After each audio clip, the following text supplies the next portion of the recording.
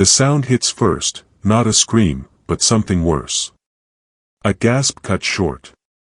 Then the sickening quiet that follows bodies in freefall. Father Michael Corrigan's hands are still outstretched, fingers trembling in the empty air where his wife stood 3 seconds ago. The balcony railing is cold against his stomach.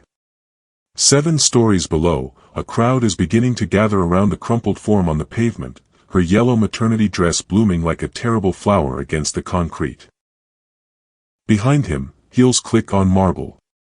Vivian Laurent stands in the doorway of his apartment, her Chanel suit immaculate, her face frozen in an expression Michael will see every night for the rest of his life. Not horror, not exactly. Something closer to fascination. "Michael," she says, and her voice is steady, controlled. "We need to call someone." But Michael can't move. Can't breathe. Because 20 feet below the balcony, caught on a window ledge, fluttering in the October wind, is a single ultrasound photo. 22 weeks. A girl. They were going to name her Grace. Michael James Corrigan was born on March 15, 1982, in Provo, Utah, to a family where faith wasn't just practiced, it was performed. His father, James Corrigan Sr., had been a bishop in the Church of Jesus Christ of Latter-day Saints, a man whose handshake could change careers and whose disappointment could end them. His mother, Catherine, taught Sunday school with the fervor of someone trying to prove something to God himself. Michael learned early that love was conditional. It arrived with expectation, dressed in the language of divine purpose. He became fluent in this language, mastering the posture of righteousness while his actual self. The part that doubted, that questioned, that wanted, learned to live in the shadows of his smile. At Brigham Young University, he studied theology with the intensity of someone trying to believe hard enough to make it real. He graduated summa cum laude in 2004, his thesis on moral absolutism earning praise from professors who never suspected it was written by someone drowning in moral ambiguity. Then came Sarah. Sarah Elizabeth Morrison, born May 3, 1984, in Cedar City, Utah, was everything Michael's parents wanted for him. Blonde. Devout. From a good family. Her father owned a chain of car dealerships across the Southwest. Her mother organized charity events that made the local papers.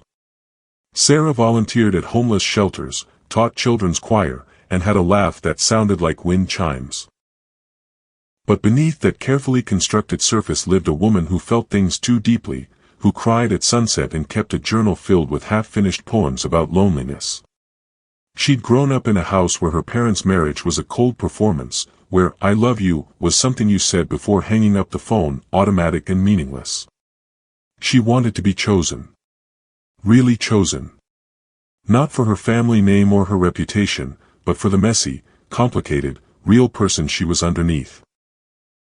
When Michael proposed in 2006, on one knee in the Provo Temple Gardens, with both sets of parents watching from a careful distance, Sarah said yes because she believed Michael saw her. Really saw her. She was wrong. Michael saw a solution. Sarah was the kind of wife who would make his ascension in the church not just possible but inevitable. Beautiful enough to be admired, proper enough to be respected, pliable enough to be managed. They married in September 2006, in a ceremony that made the society pages. Sarah wore her grandmother's dress. Michael wore a smile that didn't reach his eyes. In the wedding photos, if you look closely, you can see it, the way Michael's hand rests on Sarah's waist like he's steadying himself, not holding her. The first year was bearable. Sarah taught elementary school. Michael took a position as youth minister at the Community Grace Church in Salt Lake City, a non-denominational congregation that was rapidly growing. They lived in a modest apartment, attended dinners with important people, and had sex with the lights off, Sarah always asking afterward, "Was that okay?" and Michael always saying, "Perfect." But nothing was perfect. Michael felt the cage of his life closing around him with each Sunday sermon, each counseling session where he dispensed wisdom about marriages and faith he didn't truly believe in. He was 26 years old and felt 60, carrying the weight of everyone's expectations, everyone's projections of holiness. And then, in 2009, his father died suddenly of a heart attack, and Michael inherited not just money, but the crushing legacy of the Corrigan name. Salt Lake City in 2009 was a study in contradictions. The city sprawled beneath the Wasatch Mountains, its skyline dominated by the spires of temples and the glass towers of tech companies moving in, drawn by the educated, sober workforce. It was a place where religion and capitalism performed an awkward dance, where propriety masked ambition, where everyone smiled and no one said what they meant. The Community Grace Church sat on the east side, in a neighborhood where the houses cost over $1 million and the streets were named after virtues: Faith Lane, Hope Circle, Charity Drive. The church itself was a modern structure of glass and pale stone, designed to look welcoming and non-threatening. Inside, soft lighting and comfortable chairs replaced traditional pews. The cross was minimalist, abstract. Everything calculated to appeal to the wealthy donors who funded the expansion projects. Senior Pastor David Brennan, a man in his 60s with silver hair and a talent for fundraising, had his eye on Michael from the beginning. Michael was young, handsome, and articulate. He could quote scripture and Dostoevsky in the same breath. He had the Corrigan name and all the credibility that came with it. In 2011, Brennan promoted Michael to associate pastor. The salary tripled. The expectations quadrupled. Sarah quit her teaching job when Michael insisted it was time to focus on building their family. What he meant was that a pastor's wife needed to be available, for women's ministry, for hospitality, for the 1,000 invisible tasks that kept the church machinery running. Sarah agreed because she thought a baby would fix whatever was broken between them. She'd spent 5 years watching her husband drift further away, becoming more and more the public figure, less and less the private man. He came home late from counseling sessions and board meetings. He stopped touching her unless they were in public. When she tried to talk about it, he'd smile that pastoral smile and say, "I'm just tired, honey. The work is demanding." She didn't know that Michael spent those late nights driving. Just driving, windows down, radio off, trying to feel something other than the numbness that had become his default state. He'd park by the lake and stare at the water and wonder what his life would have been like if he'd had the courage to be honest. About his doubts. About his desires. About the fact that he didn't love Sarah the way she deserved to be loved. But honesty was a luxury Michael couldn't afford. Not with the Corrigan legacy. Not with a congregation that saw him as their golden boy. Not with David Brennan already talking about Michael taking over when he retired. So Michael performed. He preached about authentic faith while feeling none. He counseled struggling couples while his own marriage atrophied. He smiled for the cameras, signed the books, gave the interviews. And inside, something was dying. The inheritance from his father, nearly $2 million from life insurance and investments. Sat in accounts Michael rarely thought about. Money had never been the point. The point was the weight of his father's name, the expectation that Michael would be even greater, even more respected.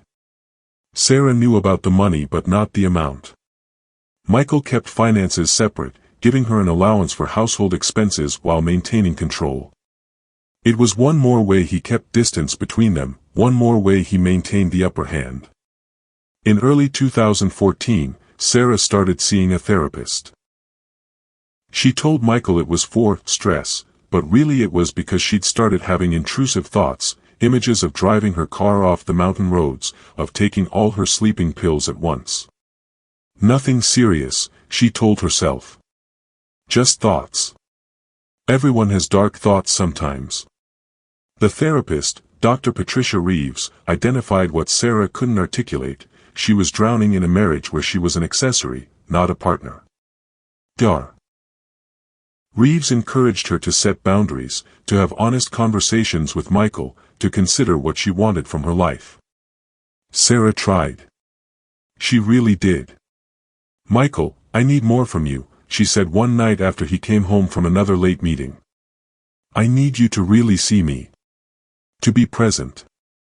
He'd looked up from his phone, that pastoral concern sliding over his face like a mask. Of course, honey. I'm sorry. I know I've been distant. Things will slow down after Easter. They never did. The distance between Michael and Sarah became a physical thing, a presence in their apartment like a third person neither acknowledged. They slept on opposite sides of the bed.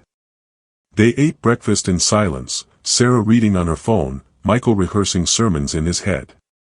They had sex once every few weeks, perfunctory and mechanical, Sarah crying quietly in the bathroom afterward while Michael already slept. In August 2014, everything shifted. The church hosted a fundraising gala for a new community center.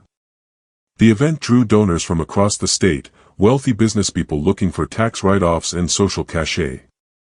Michael worked the room with practiced ease, shaking hands, remembering names, making everyone feel seen. That's when he met Vivian Laurent.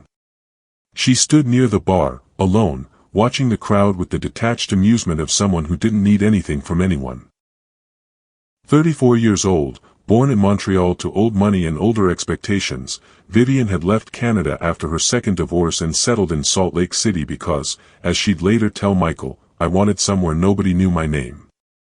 She'd made her own fortune in real estate development, converting historic buildings into luxury condos and boutique hotels. She was beautiful in a way that didn't apologize. Sharp cheekbones, dark hair cut in a severe bob, clothes that cost more than Michael's car.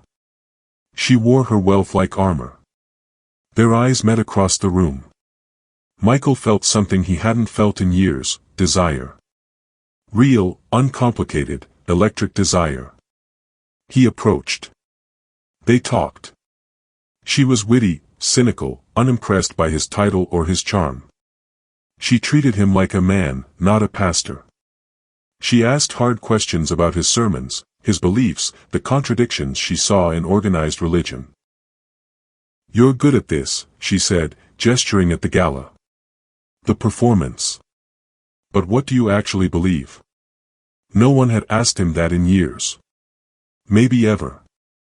I don't know anymore, he said, and the honesty shocked him. She smiled, and something in Michael's carefully constructed world cracked. They exchanged numbers. For ministry opportunities, Michael told himself. She's a potential major donor. The first text came 3 days later. Asterisk, that was an interesting conversation. Coffee, asterisk.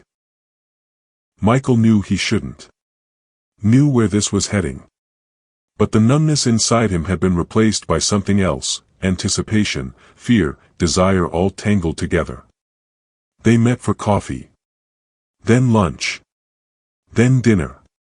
Always in public, always with plausible deniability. Vivian never pushed, never demanded. She just listened in a way Sarah had stopped doing years ago, in a way that made Michael feel seen as a person rather than a symbol. You're dying in that life, she told him one evening in October. They were sitting in her penthouse apartment overlooking the city, drinking wine that cost more than Michael's weekly salary. Everyone can see it but you. I have responsibilities, Michael said, but his voice was hollow. To whom? To a congregation that wants you to be perfect? To a wife you don't love? To a dead father's expectations? Vivian's voice was gentle but merciless. When do you get to live for yourself? That night, they kissed. It was different from anything Michael had experienced with Sarah, urgent, desperate, like drowning and surfacing all at once. He drove home at 2 a.m, guilt and exhilaration warring in his chest. Sarah was asleep. He stood in the doorway of their bedroom watching her, this woman he promised to love and honor, and felt nothing but a distant pity.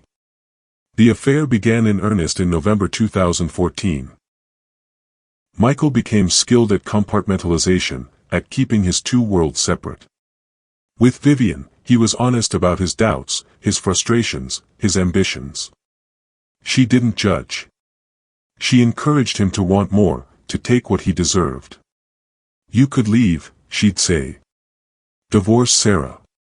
Leave the church. We could travel. you could figure out who you actually are.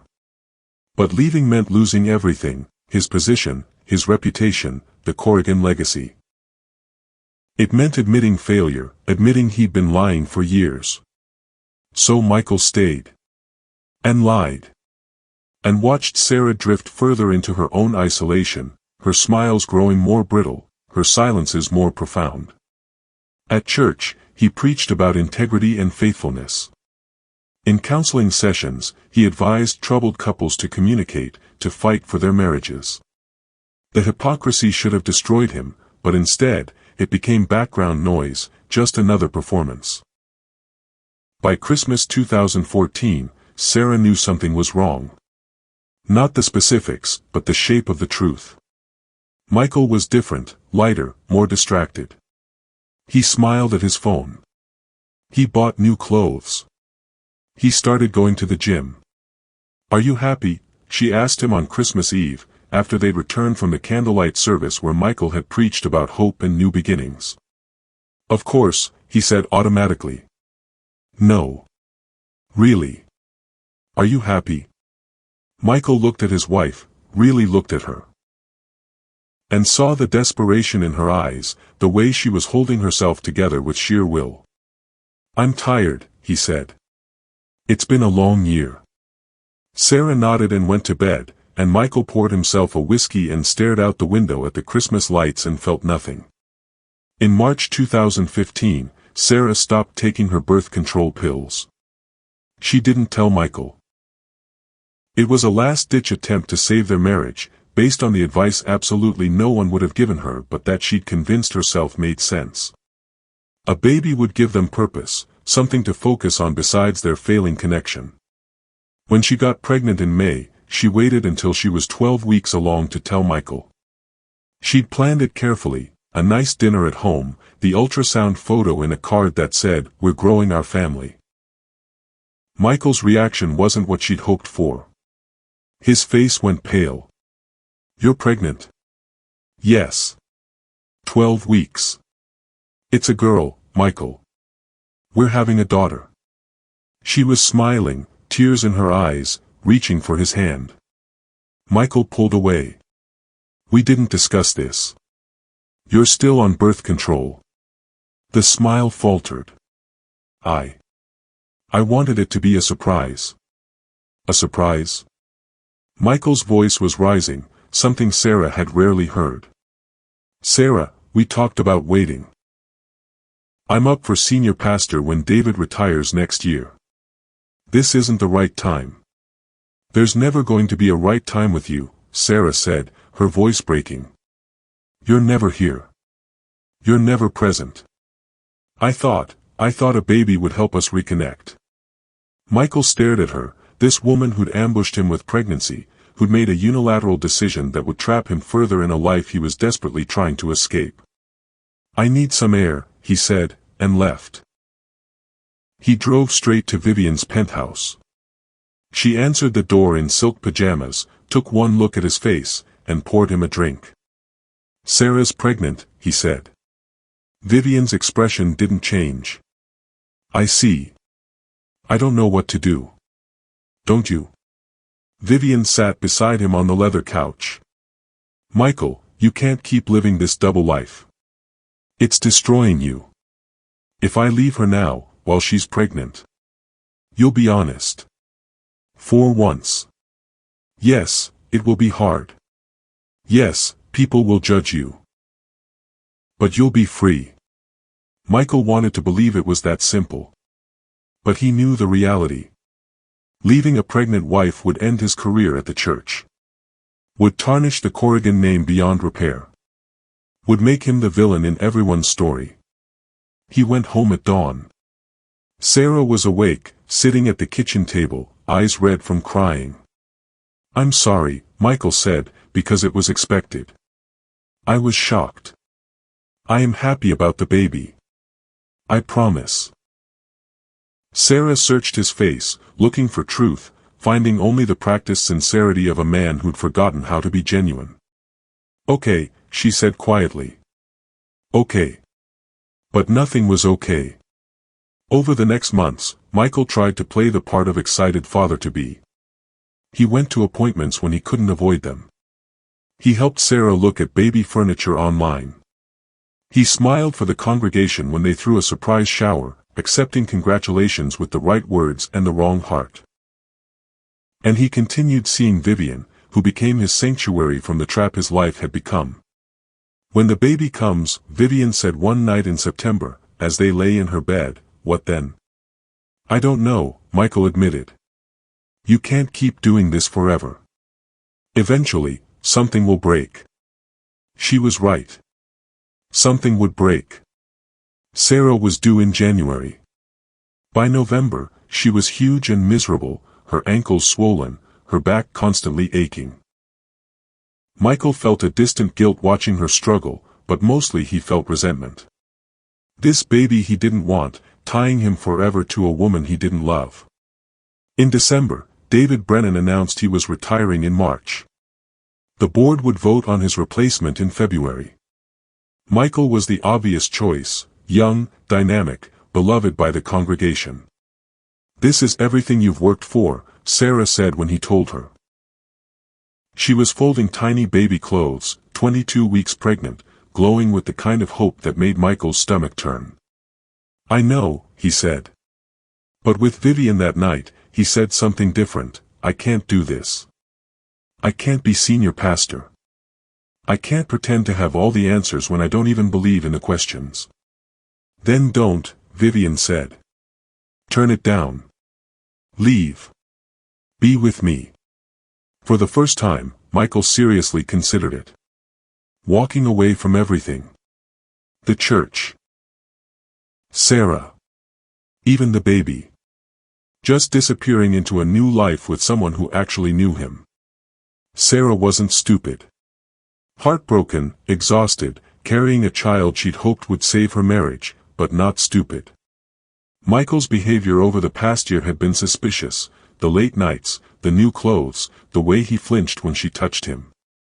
At first, she'd chalked it up to stress, to the pressure of his growing responsibilities at church.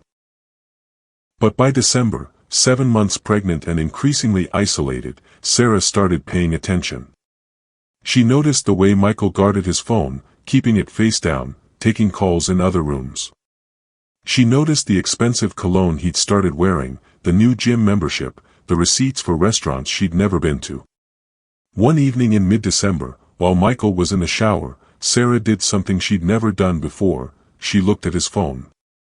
The passcode was her birthday. A cruel irony that would haunt her later. Inside, she found what she'd been dreading and hoping not to find. Text messages. Hundreds of them. To a contact saved as VM, innocuous, easy to dismiss as a vendor or colleague.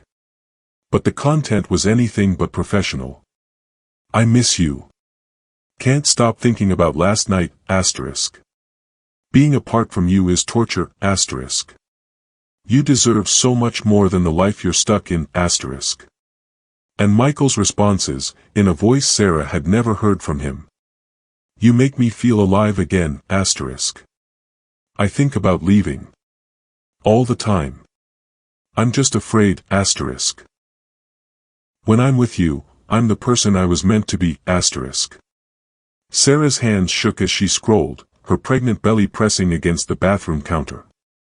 The room tilted. She had to sit down on the closed toilet, phone clutched in her hands, tears streaming down her face. The affair had been going on for over a year. While Sarah had been trying to conceive, trying to save their marriage, Michael had been falling in love with someone else. She heard the shower turn off. She wiped her eyes, put the phone back exactly where she'd found it, and walked out of the bathroom. "Everything okay?" Michael asked, toweling his hair, not really looking at her. "Fine," Sarah said. She didn't confront him. Not then. She needed proof beyond text messages. She needed to know who this woman was, how deep the betrayal went. The next day, Sarah hired a private investigator. His name was Tom Hendricks, a retired cop who ran a small agency out of a strip mall office. Sarah paid him $5,000 up front, money she'd been saving secretly from her teaching job, before she'd quit, and asked him to follow Michael. It took 3 days. Tom provided Sarah with photos, timestamps, license plate numbers. The woman was Vivian Laurent, 36, wealthy, beautiful, living in a penthouse that cost more per month than Sarah and Michael's mortgage. The photos were devastating in their intimacy. Michael and Vivian having coffee, his hand covering hers. Walking through City Creek Center, his arm around her waist. Entering her building at 9 p.m. and not leaving until 2 a.m. One photo in particular destroyed Sarah, Michael and Vivian on the balcony of her penthouse, his arms wrapped around her from behind, both of them laughing at something. He looked happy. Genuinely, unreservedly happy in a way Sarah hadn't seen in years. Tom's report was thorough. Vivian Laurent, real estate developer, divorced twice, no children. Net worth estimated at $20 million. Known for her sharp business sense and sharper tongue. She donated $50,000 to Community Grace Church in the past year, a detail that made Sarah physically sick.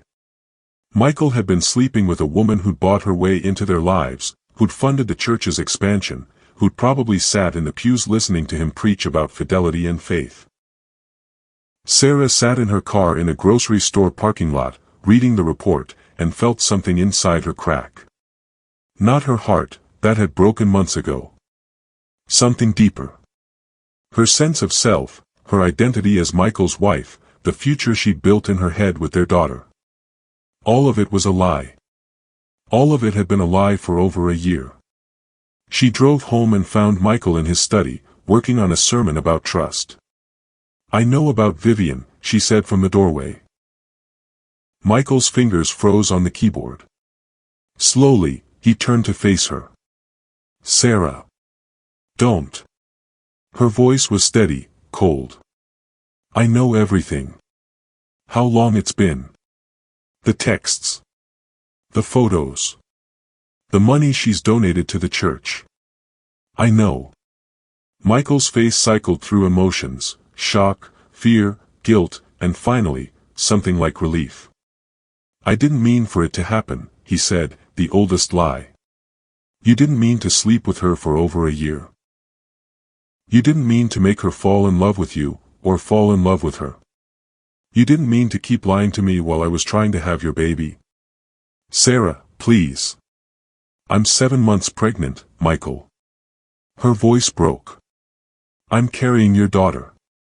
And you've been," she couldn't finish. The words were too ugly, too real. Michael stood, taking a step toward her. "I never wanted to hurt you. But you did. You are. Every single day." Sarah's hands went to her stomach, protective. "What happens now? Do you leave me? Do you stay out of obligation? Do you marry her once I've raised your child and you can respectably divorce?" "I don't know," Michael said, and at least that was honest. "Get out," Sarah said quietly. "Sarah. Get out of this room. Get out of my sight. I can't look at you right now." Michael left. He grabbed his keys and his phone and walked out of the apartment without another word. He drove to Vivian's. She took one look at his face and knew. "She found out," Vivian said. "Yes. What are you going to do?" And Michael, standing in the doorway of this woman's penthouse, looked at the life she represented, freedom, honesty, desire, and then thought about Sarah at home, pregnant and devastated, and the congregation that trusted him, and the Corrigan legacy that would be destroyed. "I don't know," he said again. December bled into January. Michael moved into the guest room, a temporary arrangement that felt permanent. Sarah retreated into a cold silence, speaking to him only when necessary, her eyes empty when they met his. The baby was due in 3 weeks. The board vote for senior pastor was in 4. Michael existed in a kind of purgatory, waiting for his life to resolve itself in one direction or another. He continued seeing Vivian, though less frequently. The affair had lost its escapist quality, tainted now by Sarah's knowledge. Every moment with Vivian was shadowed by guilt and the looming consequences. At church, Michael performed. The sermon on trust became one about redemption. He counseled couples, advised parents, led worship services. Behind the pulpit, he found a strange freedom in the hypocrisy. He was already exposed, already condemned in Sarah's eyes. What did it matter anymore? But something was changing inside him, a transformation he couldn't articulate. Late one night in mid-January, Michael sat alone in his study, rereading Marcus Aurelius's Meditations, a text he'd studied in college but never truly understood. You have power over your mind, not outside events. Realize this, and you will find strength. Asterisk. For years, Michael had been controlled by outside events, his father's expectations, the church's needs, Sarah's desires, Vivian's freedom. He'd shaped himself to meet each demand, contorting into whatever form was required, losing himself entirely in the process. He blamed the circumstances. If only he'd been born into a different family. If only he'd met Vivian before Sarah. If only the church didn't need him.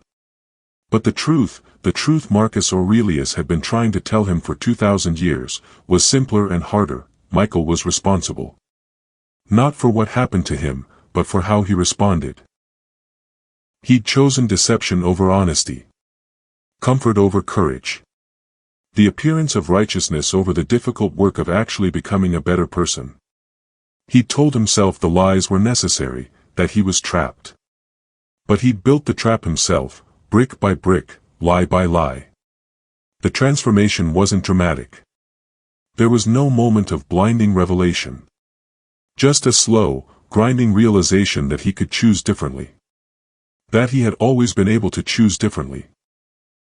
On January 18th, Michael withdrew from consideration for senior pastor. He called David Brennan and told him simply, "I'm not ready. I need to focus on my family right now." David was disappointed but understanding. Family comes first, Michael. Always. The irony wasn't lost on Michael. The next day, he went to Vivian's penthouse. "I can't do this anymore," he told her. She didn't look surprised. The affair? Everything. Living this double life. I need to figure out who I actually am before I can be with anyone." Vivian studied him for a long moment. "You're choosing her." "No. I'm choosing to stop running. Sarah deserves honesty, even if it's painful. The baby deserves a father who's present, not checked out. And I deserve," he paused, struggling. "I deserve to live with integrity, even if I've lost the right to claim it." "That's very noble," Vivian said, and her voice was sad rather than bitter. "But you know what you're giving up. Us. The life we could have had." "I know." Michael's voice was steady. "But Vivian, that life would have been built on the same foundation as my marriage, running from something rather than moving towards something real." She kissed him once, gently. "Goodbye, Michael. Goodbye." He drove home as the sun set over the mountains, the city lights beginning to glow. For the first time in years, Michael felt the weight in his chest begin to lighten. Not because things were better, they weren't. Sarah still hated him. He'd still destroyed his marriage. The consequences were still coming. But he was choosing to face them. To stop performing and start being honest, whatever that cost. At home, Sarah was in the nursery, folding tiny clothes. 8.5 months pregnant, due any day. "Sarah," Michael said from the doorway. "I ended it. With Vivian. It's over." Sarah didn't look up. "Okay." "And I withdrew from the senior pastor position. I told David I need to focus on our family." Now she looked at him, surprise breaking through the ice. "Why?" "Because you were right. I haven't been present. I've been running from everything real, everyone who actually knows me. And I need to stop." I need to be honest with you, with the church, with myself. What does that mean? Sarah's voice was guarded. Michael took a breath. It means I don't know if I can save our marriage. I don't know if you can forgive me, or if you should. It means I don't know if I even believe in God anymore, not the way I'm supposed to. It means, his voice cracked. It means I've been a coward and a liar, and I want to stop being those things, even if it's too late. Sarah's eyes filled with tears. It might be too late. I know. I hate you, she said, but without heat. I hate that you did this to us. To me. To our daughter who's about to be born into this mess. I know, Michael said again. They stood there in the half-finished nursery, the mobile casting shadows on the walls, and something passed between them, not forgiveness, not reconciliation, but a fragile kind of truth. Sarah went into labor on January 23rd. It happened at 3 in the morning, her water breaking with a rush that soaked the bed and sent Michael scrambling for the hospital bag they'd packed weeks ago. The drive to the hospital was silent except for Sarah's breathing through contractions. Michael gripped the steering wheel, acutely aware that this might be the last thing they did together as husband and wife. Labor lasted 14 hours. Michael stayed in the room because Sarah asked him to, holding her hand when she'd let him, stepping back when she pushed him away. He watched her endure something he couldn't imagine, her face contorted with pain, her body doing what millions of bodies had done but still feeling miraculous and terrible. Grace Margaret Corrigan was born at 5:47 p.m., weighing 7 pounds, 3 ounces. She had Sarah's blonde hair and Michael's blue eyes and a cry that pierced straight through every defense Michael had ever built. The nurse placed her in Sarah's arms, and Michael watched his wife, his estranged, betrayed wife, look at their daughter with a love so pure it made everything else in the room seem small and petty. Do you want to hold her? Sarah asked after a long moment. Michael took his daughter with shaking hands. She was impossibly small, impossibly perfect. Her fingers wrapped around his thumb, and Michael felt something in his chest crack open, not the numbness he'd carried for years, but real, overwhelming emotion. Hi, Grace, he whispered. I'm your dad. I'm going to try to be a good one. I promise. Sarah was watching them, her expression unreadable. Over the next 3 days in the hospital, a strange truce developed. Sarah and Michael functioned as a unit, learning how to feed and change and soothe their daughter. They were exhausted, overwhelmed, operating on instinct rather than thought. In those moments, 2 a.m. feedings, Grace screaming inconsolably, Sarah too tired to hold her head up, Michael felt something he hadn't in years, partnership. Not love, maybe not even forgiveness, but a shared purpose. They brought Grace home on January 26th. The apartment was filled with flowers from church members, cards of congratulations, casseroles from the women's ministry. Everyone assumed they were a happy family. Michael slept on the couch. Sarah had the bedroom with Grace's bassinet beside her. They moved around each other carefully, two people trying not to collide. A week passed. Then 2. Grace was a good baby, relatively speaking, but newborns are hard work. Sarah was recovering from birth, exhausted, hormonal. Michael took leave from the church to help, but help mostly meant being in the way. They needed to talk. Really talk. About what came next, divorce, separation, attempts at reconciliation. But Grace's needs filled every moment, and beneath their exhaustion was fear. Fear of what honest conversation would reveal, what doors it would close forever. It was February 14th. Valentine's Day, another cruel irony, when Vivian came to the apartment. Michael was alone. Sarah had taken Grace to a pediatrician appointment. He was cleaning, trying to restore some order to the chaos of new parenthood, when the doorbell rang. He opened it without thinking, and there she was. Vivian Laurent, in a long black coat and heels, looking exactly as he remembered. Beautiful. Composed. Out of place in this domestic wreckage. "Hello, Michael," she said. His heart stopped. "Vivian. What are you? You can't be here." "I know. I'm sorry." For the first time since he'd known her, she looked uncertain. "I needed to see you. To know if you meant it.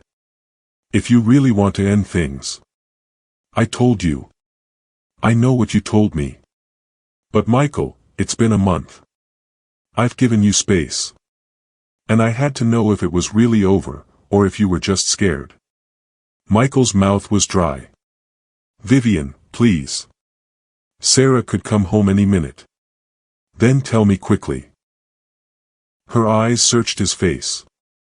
"Do you still love me?" The question hung in the air of the 7th-floor apartment, the city spread out below them through the balcony windows. Michael thought about lying, about giving her the answer that would make her leave cleanly. But he'd promised himself honesty, even when it hurt. "Yes," he said quietly. "I do. But love isn't enough. Not when it's built on betrayal and escape." Vivian stepped closer. "We could still have everything. You, me, a life where you don't have to pretend. Sarah doesn't love you anymore, Michael. Staying is just prolonging everyone's suffering. Maybe. But Grace. We'll be fine. Children of divorce survive. You stayed with your father even though he made you miserable, and look where that got you." It was true. All of it was true. But the elevator dinged down the hall.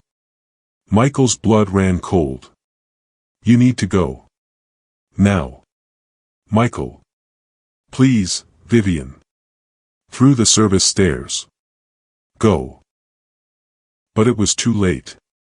The apartment door opened, and Sarah walked in, Grace in her car seat carrier, diaper bag over her shoulder. She froze when she saw Vivian.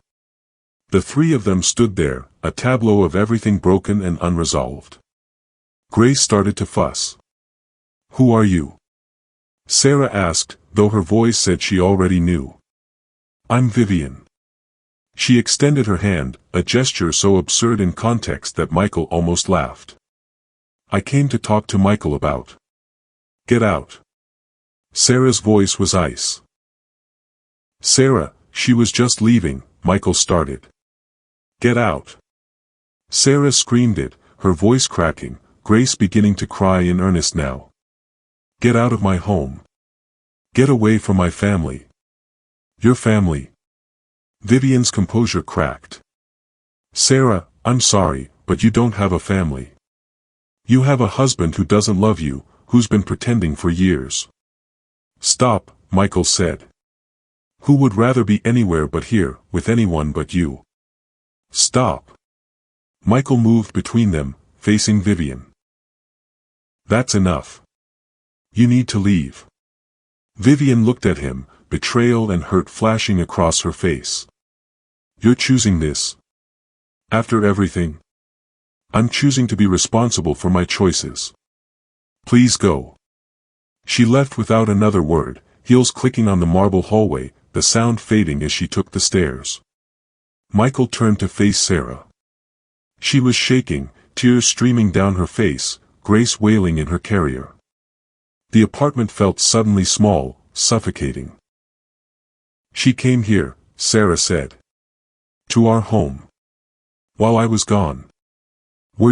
Did you?" "No. I didn't know she was coming. I told her it was over.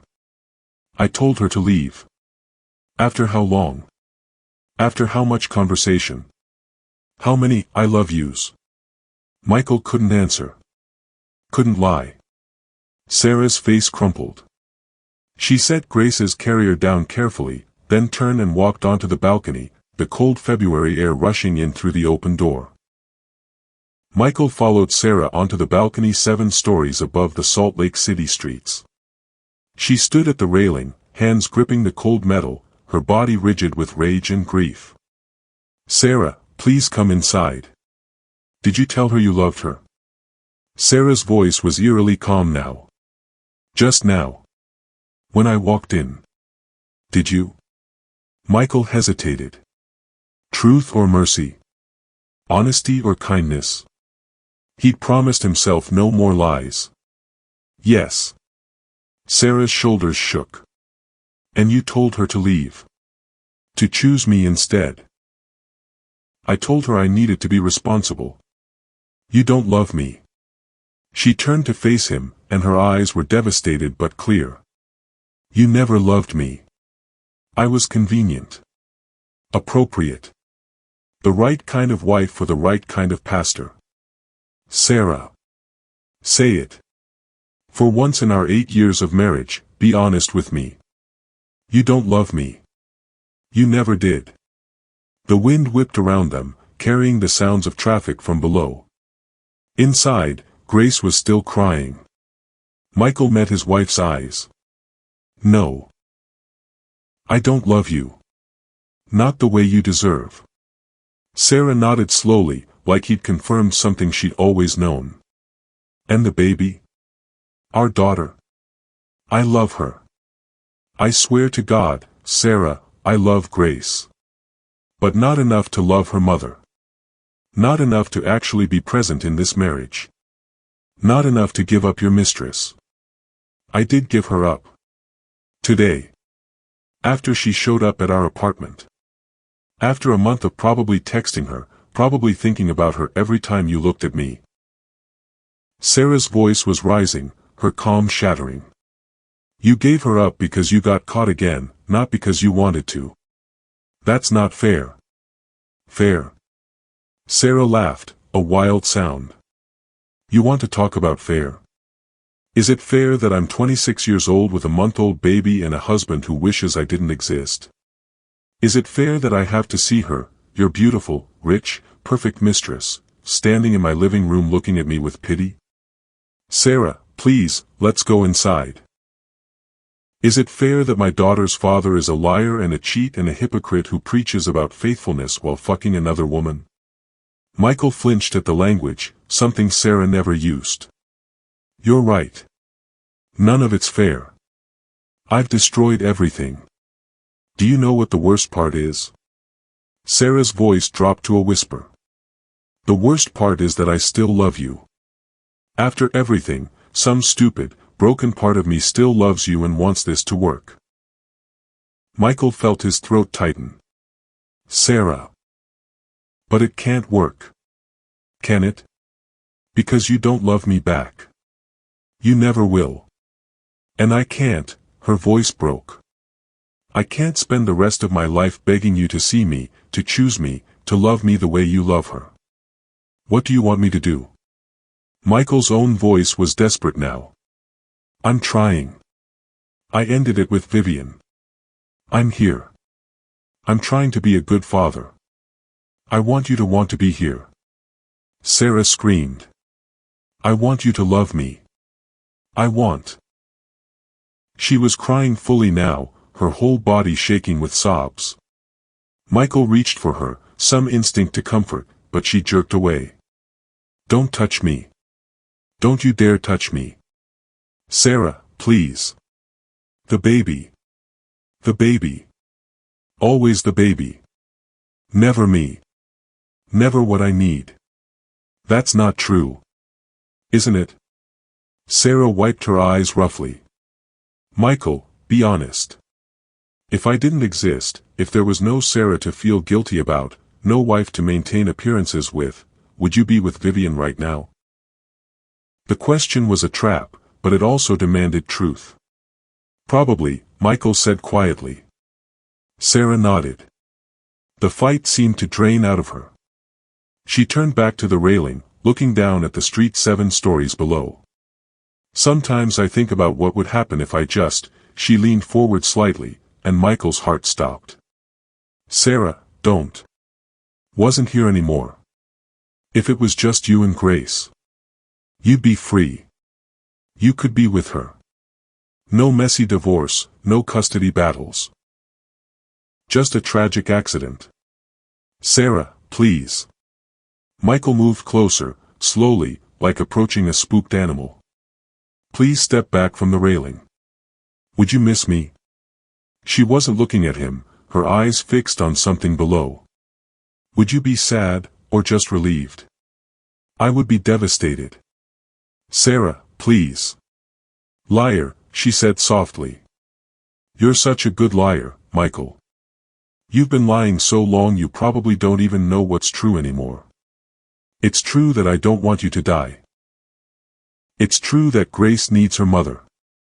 It's true that this, all of this, is my fault, not yours. Please, Sarah. Please come inside. For a long moment, Sarah was silent.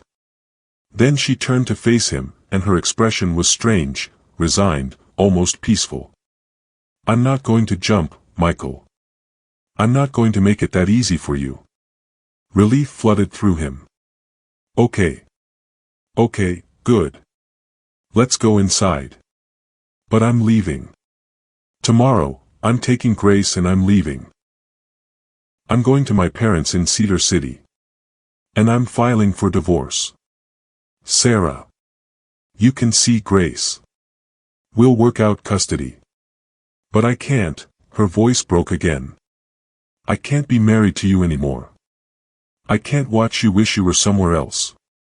I can't be this pathetic woman begging for scraps of affection from a man who doesn't want her. Michael wanted to argue, to promise he'd change, to say all the things a husband should say. But standing on that balcony, with the wind howling around them and their daughter crying inside, he knew Sarah was right. I'm sorry, was all he could say. I'm so sorry. I know, Sarah said. I believe you're sorry. I just don't think it matters anymore. She walked past him, back into the apartment, and picked up Grace, soothing her with practiced motions. Michael stood on the balcony alone, watching the city lights blur through tears he hadn't realized he was crying. And that's when he heard it. The elevator. Opening. Footsteps in the hallway. The doorbell. Michael walked inside, closing the balcony door. Sarah was in the nursery with Grace. He opened the front door. Vivian stood there, her eyes red, her carefully maintained composure shattered. I'm sorry, she said. I shouldn't have come. I shouldn't have said those things to Sarah. I needed you to know that I love you. I really love you. And I'll wait.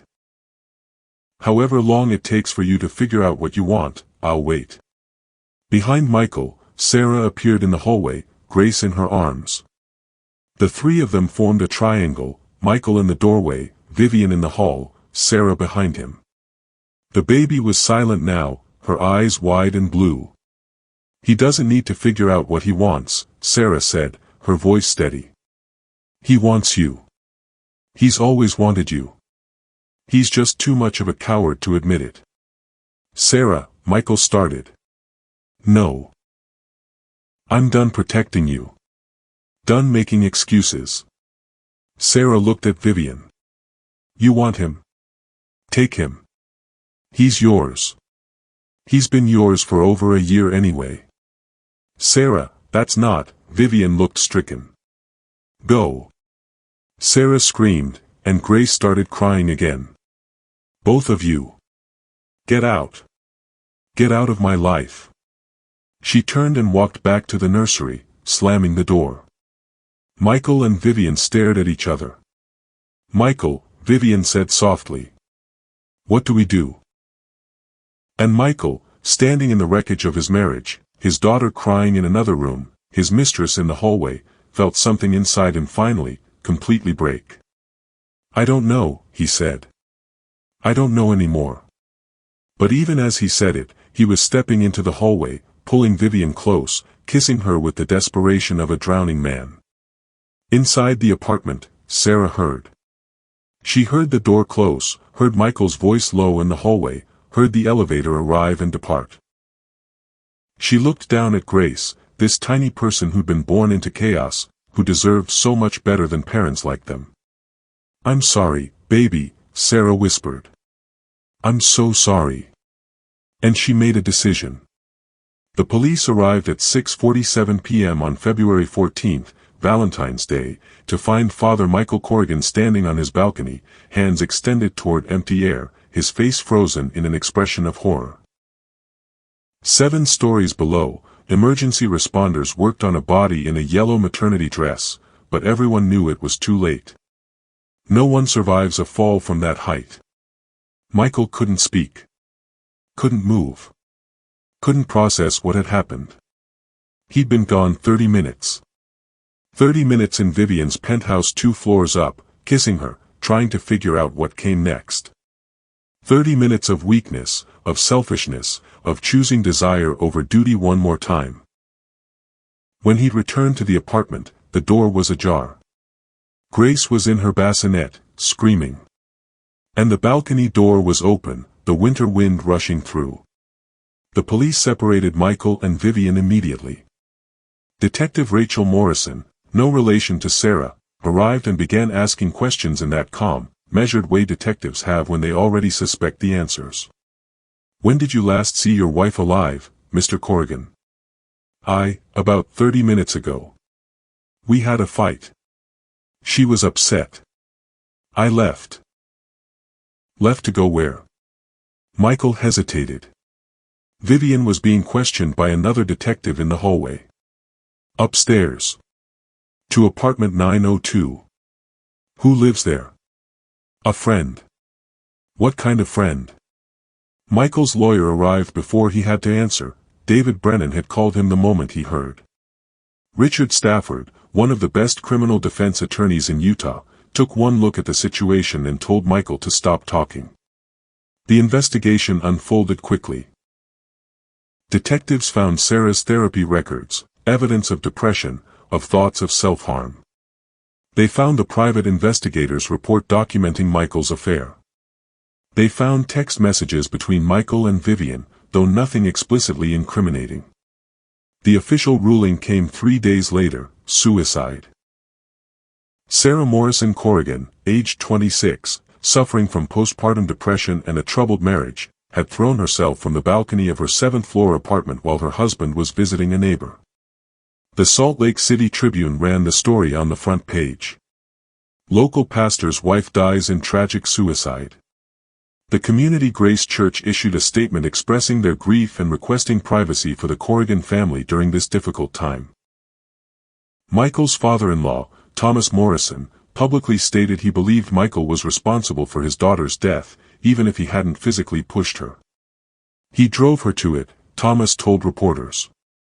With his lies, his affair, his cruelty. "My daughter would be alive if she'd never married that man." The church board placed Michael on indefinite leave. He moved out of the apartment, he couldn't stay there, couldn't look at that balcony, and into a hotel with Grace. Sarah's parents filed for custody. They wanted nothing to do with Michael, blamed him for everything. The court battle was brutal and public. Vivian disappeared from Michael's life.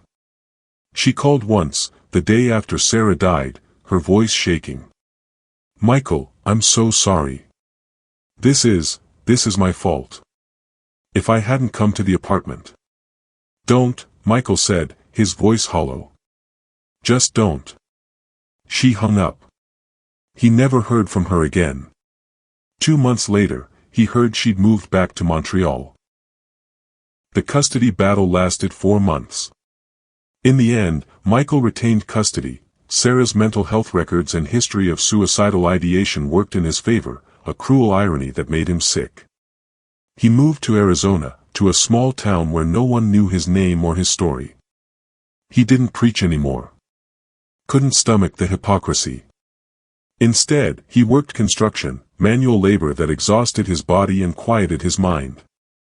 Grace grew. Toddled. Started talking.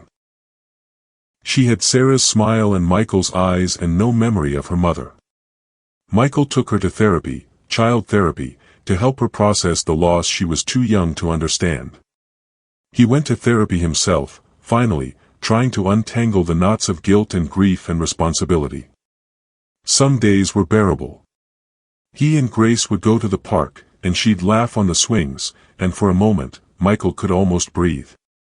Other days, he'd see the photos. The ones the media had published, of Sarah's body on the pavement, her yellow dress spread around her like wings. He'd see that image and couldn't eat, couldn't sleep, couldn't function. He never remarried. Never dated. Devoted himself entirely to raising Grace and trying to become the kind of man who deserved to be her father. The question haunted him, did Sarah jump, or did she slip? He'd never know. The police said suicide. Sarah's therapist said it was consistent with her mental state. But Michael remembered her voice on the balcony. I'm not going to jump, Michael. I'm not going to make it that easy for you. So what happened in those 30 minutes he was gone?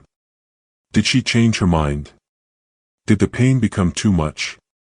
Or did she lean too far over the railing, looking at the street below, imagining what it would be like to just let go, and lose her balance?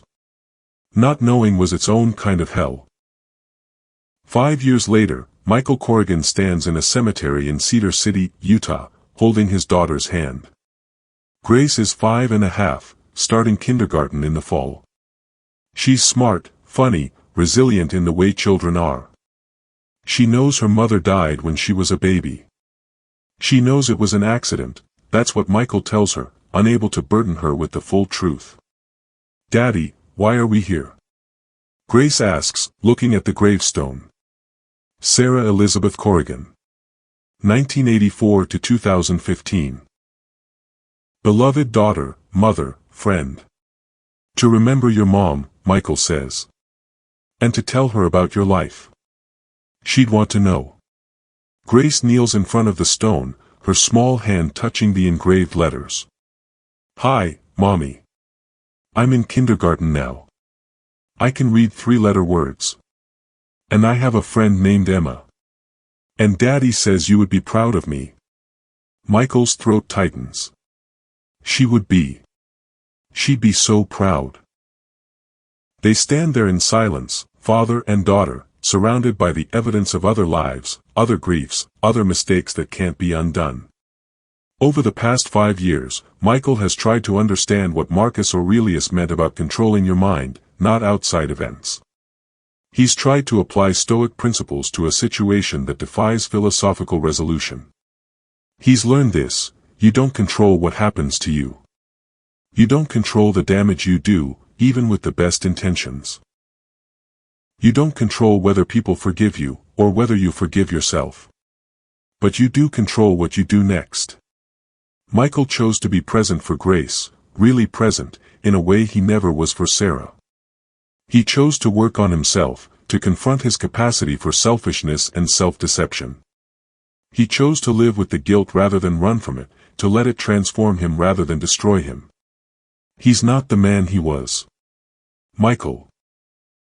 The one who preached about faith he didn't have, who lied to himself and everyone else, who chose comfort over integrity, died the same night Sarah did. This Michael is smaller, quieter, more honest. He doesn't have answers anymore, doesn't pretend to.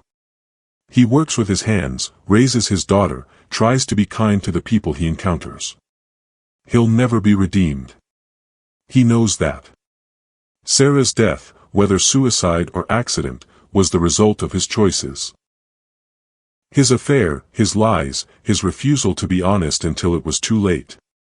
But he can make sure Grace grows up with a father who's present, who's honest, who teaches her that love means showing up even when it's hard, especially when it's hard. Daddy? Grace tugs his hand. Can we go get ice cream?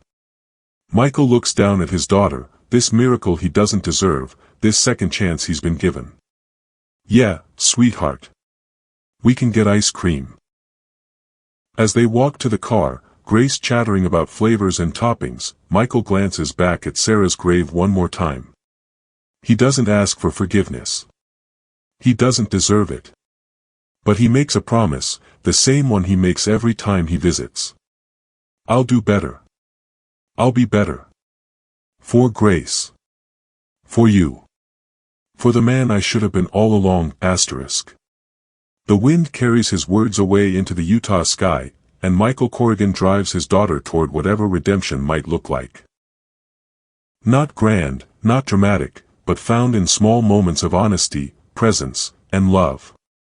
This story raises questions that haunt all of us in different ways. When does responsibility for our actions end? Can someone truly change after causing irreparable harm? How do we live with the consequences of our worst decisions? Michael's story isn't one of redemption, not really. It's about learning to carry the weight of what you've done, to transform guilt into something purposeful rather than destructive. It's about understanding that some mistakes can't be fixed, only lived with.